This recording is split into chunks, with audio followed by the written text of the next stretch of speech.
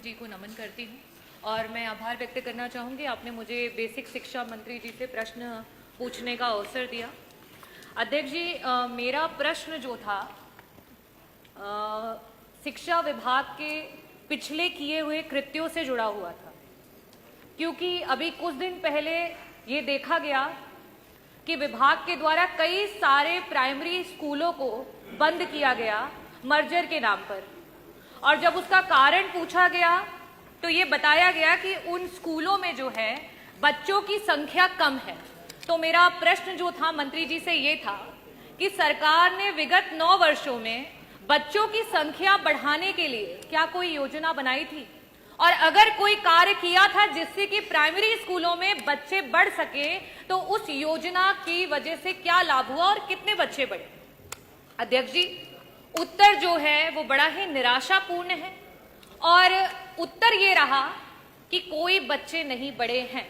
और योजना का क्योंकि मंत्री जी ने जिक्र नहीं किया, इसका मतलब कि सरकार ने कोई योजना बनाई ही नहीं कि सरकारी स्कूलों में जहां गरीब के बच्चे पढ़ते हैं, जहां पीडीए के बच्चे पढ़ते हैं, वहां उनको अच्छी शिक्षा दी जा सके। किसी भी स्कूल में अगर आप बच्चों को की संख्या को बढ़ाना चाहते हो तो वहां सर्वप्रथम सबसे जरूरी है वहां के पर्याप्त शिक्षक, वहां पे शिक्षकों की संख्या जो है वो पर्याप्त होनी चाहिए।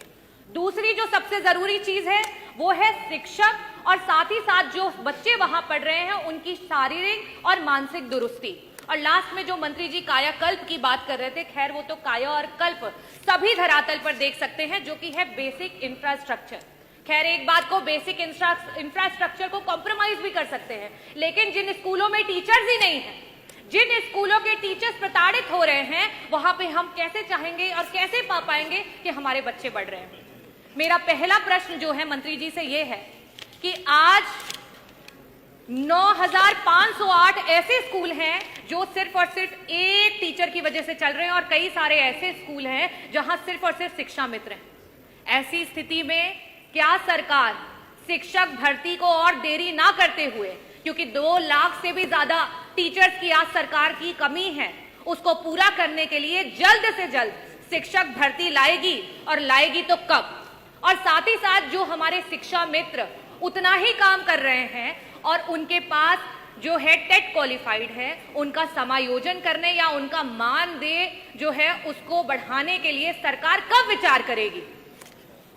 मेरा दूसरा प्रश्न मंत्री जी से यह है, क्योंकि मैंने मानसिक और शारीरिक दोनों की दुरुस्तता की बात की। जो टीचर्स आज आपके बीएलओ बने पड़े हैं, जो टीचर आपके सर्वे कर रहे हैं, जो टीचर गणना कर रहे हैं, जो टीचर आपके मिड डे मील करवा रहे हैं, जो टीचर आपके अगर समूह का विवाह हो रहा है तो उसमें दुल्हन को ब्यूटी पार्लर लेकर के जा रहे हैं, और अलीगढ़ में तो हद मचा दी, एक टीचर को आपने कुत्ता गिनवाने के लिए लगा दिया। ये आपकी सरकार है। ये हम कहते हैं कि हमारा जो गुरु होता है, गुरु ब्रह्मा, गुरु विष्णु, और आपने गुरु को कहां ला करके पटक दिया। ये आपकी सरकार है। मैं ये पूछना चाहती हूं, क्या ऐसी मानसिक उत्पीड़ना के साथ आप ये कर पाएंगे कि हमारे प्राइमरी स्कूल के जो हैं बच्चे बढ़ पाए? मेरा प्रश्न आपसे ये है कि अंतर जनपदीय आज 10-10 साल से टीचर्स बैठे हुए हैं, उनके ट्रांसफर्स नहीं हो पा रहे हैं।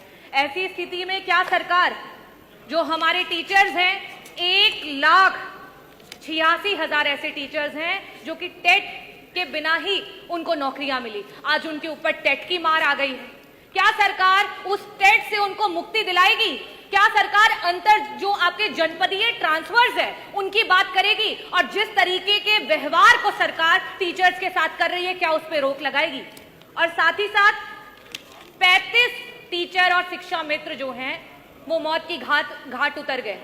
बीएलओ के रूप में वो काम कर रहे थे और उन्होंने आत्महत्या कर ली।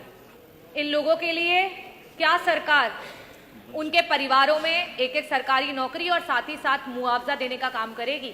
मैं बस इन 3 प्रश्नों के स्पष्ट उत्तर चाहूंगी कि सरकार अवश्य दे। बहुत बहुत धन्यवाद अध्यक्ष महोदय। श्री ब्रजेश कठेरिया।